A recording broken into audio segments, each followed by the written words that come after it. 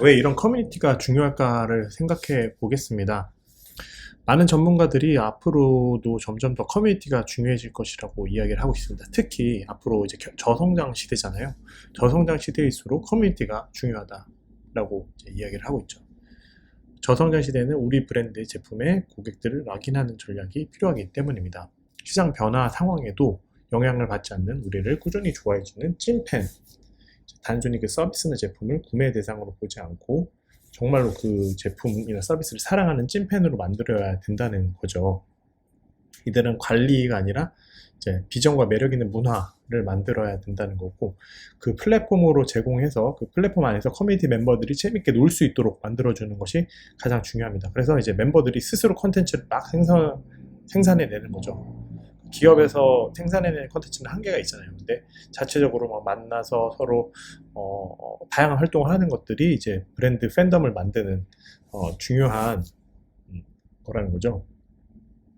이제 20대, 30대 이제 점점 젊은 MZ 세대일수록 더 이런 경향이 뚜렷해지고 70% 이상이 커뮤니티에 가입해서 매일매일 그 커뮤니티를 이용하고 있다라고 이야기를 하고 있습니다. 이제 이승윤 교수님이 하신 말씀이신데요. 이런 식으로 요즘에 형성되는 커뮤니티들은 느슨한 연대라는 특징이 있죠. 느슨하고 이 안에서 어떤 구속을 받지 않으면서 언제든지 찾아가서 함께 즐길 수 있는 그런 커뮤니티를 만드는 것이 성공의 요인이다라고 이렇게 이야기를 하고 있습니다. 자, 그래서 오늘 제가 말씀드리고 싶은 바는 이렇게 요약할 수 있습니다. 첫 번째로는 F45 그 운동 자체가 중요한 게 아니라 어떤 커뮤니티를 형성하고 거기에서 여러 가지 비즈니스 기회가 창출된다는 그 지점이 중요하다는 것이고요. 그리고 한번 이렇게 형성된 커뮤니티는 어떤 뭐 푸사오 지점에서 뭐 얼마나 오래 운영하느냐하고 별개로 이 커뮤니티를 잘 유지하는 것이 중요하다고 생각해요. 이분들이 이제 고객인 거잖아요.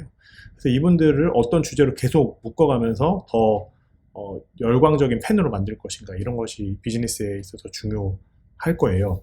두 번째로는 좀 더 포용적인 커뮤니티가 돼야 되는 것 같습니다. 지금의 웰빙, 웰니스 트렌드를 보시면은 아직 너무 협소한 고객들을 대상으로 하고 있어요. 예를 들면은 몸짱, 어떤 바디 프로필 촬영, 이런 것들이나 인스타에 올라오는 사진들을 보면은 사실은 어느 특정 분들만 어떻게 보면 약간 외모 지상주의로 편향되고 있다라고도 볼 수 있을 정도로 아주 한정적인 사람들이 자신을 자랑하는 니즈에 맞춰가지고 형성이 돼가고 있거든요. 이런 거는 시장 크기의 측면에서 아주 한정적으로 성장을 제한하는 방향입니다. 그래서 앞으로는 조금 더 다양한 사람들, 예를 들면은 신체적으로 다양한 특징들이 있잖아요, 우리가.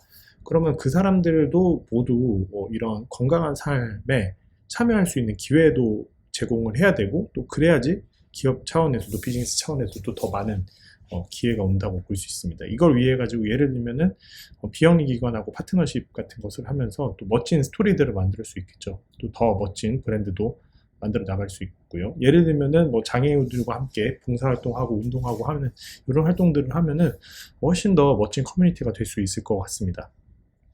세 번째로는 각 지점마다 프랜차이즈 비즈니스이다 보니까 차별화 문제에 직면을 하게 될 거예요. 왜냐하면은 이제 점점 프랜차이즈가 많아지다 보면은 그 지점들마다 이렇게 겹치게 되잖아요. 결국에 그 카페 베네처럼 그렇게 되다 보면은 이제 지점 간의 경쟁이 일어나고, 그러다 한 번에 싹 다 망하는 수가 있거든요. 그래서 결국에는 각 지점들마다 차별화 문제가 있을 거다.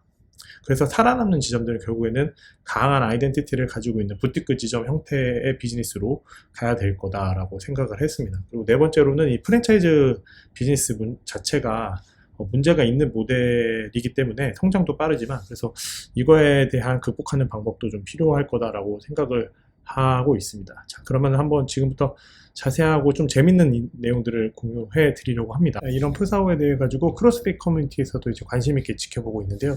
한 커뮤니티 글을 봤더니 이렇게 설명을 하고 있더라고요. 푸사오의 경우에 이제 크로스핏과 라이벌인데 서로 독특하게 어떤 좀 차별화된 시장을 유지할 것 같다라고 이야기를 하고 있습니다. 푸사오는 이제 2010년도 초중반에 유행했던 부트캠프의 개량에 가까운데, 이제 원래는 이제 크로스핏의 어떤 초심자용 클래스였다라고도 하더라고요. 그래서 이제 푸사오 같은 경우에 45분 동안 하는 거고, 또 고중량이나 기록 경쟁을 하지 않으니까 지금 크로스핏과는 좀 다른 시장에 있다. 근데 이제 푸사오가 우리나라에서 공격적으로 확장이 되고 있으니까 한국 시장에서 이제 성장을 할 것 같고, 크로스핏의 고인물이나 코치분들이 여기 이제 푸사오로 넘어간 경우도 많다라고 이야기를 하죠.